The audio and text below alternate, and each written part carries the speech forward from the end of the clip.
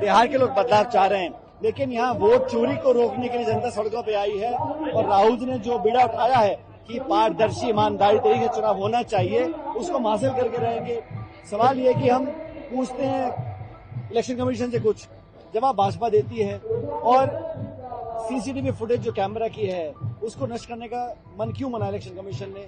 Voter list की copy हमको क्यों नहीं दे रहे हैं? तो कहीं ना कहीं मन में कुछ संदिग्ध काम करने की मंशा है, ये प्रतीत होता है। लेकिन बिहार के लोग समझदार लोग हैं, यहाँ लाखों लोगों के नाम आप काटना चाह रहे हैं, उसके खिलाफ, उसके विरोध में हम लोग सड़कों पर हैं।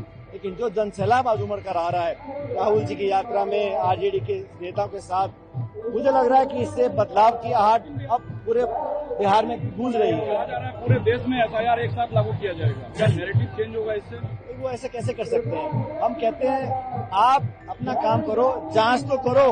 जो प्रमाण राहुल जी ने दिए हैं कर्नाटक के अंदर, उसकी जांच नहीं करना चाहते हैं। आप हलफनामा मांग रहे हैं, हम कमियां निकाल रहे हैं, गलतियां बता रहे हैं प्रमाण के साथ, उसको मानने से आप इनकार करते हैं।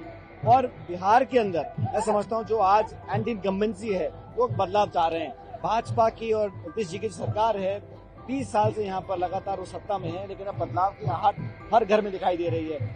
हर वर्ग, हर जाति धर्म हमारे साथ है।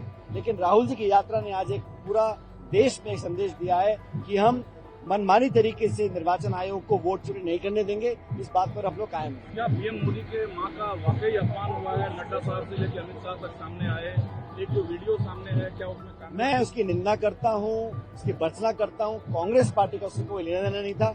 यात्रा निकल चुकी थी। अब इतने सारे हजारों लोग हैं, मंच पे कोई चढ़ जाए और अपशब्द भाषा का उपयोग करे, उसको मैं कतई सही नहीं मानता हूँ। सभ्य सौम्य राजनीति में इस प्रकार की भाषा की कोई जगह नहीं है। और जिसने भी ऐसा कहा होगा, मैं समझता हूँ हमारी पार्टी से कोई लेन देना उसका नहीं था। यात्रा निकल जाए और बाद में मंच पे कोई चढ़ जाए और बोल दे, जिसने भी कहा गलत कहा, नहीं कहना चाहिए। और संवाद में, चर्चा में, राजनीति में इस प्रकार के शब्दों का प्रयोग की कोई स्थान ही नहीं है। और हम लोग, हमारी पार्टी महात्मा गांधी की पार्टी है, हम लोगों ने कभी इस प्रकार की बातों को सपोर्ट नहीं किया, आगे भी नहीं कर सकते। अब तो भागवत साहब खुद कह रहे हैं कि 75 साल वाली कोई बैरियर नहीं है। अब कोई उन पर दबाव आया होगा। पहले तो कहा था उन्होंने एक बार कि एक समय होता है, उसके बाद लोगों को काम नहीं करना चाहिए। अब कुछ दबाव आया होगा कि अपने बयान से पलटे हैं, उनका अंदरूनी मामला है, मैं इसे पढ़ना नहीं चाहता हूँ। लेकिन एक बात सच है कि जो दबाव अमेरिका हम पे डाल रहा है, उसको काउंटर करने के लिए जो स्ट्रेटेजी हमारी होनी चाहिए थी, वो नाकाम रही है।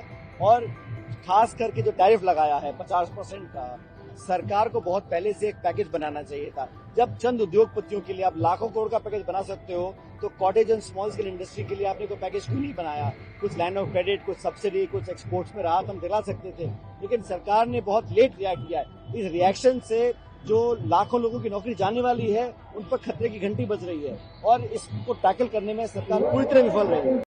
अगर आप ये वीडियो YouTube पर देख रहे हैं तो हमारे चैनल को सब्सक्राइब कर बेल आइकन दबाएं और Facebook पर देख रहे हैं तो हमारे पेज को लाइक करें।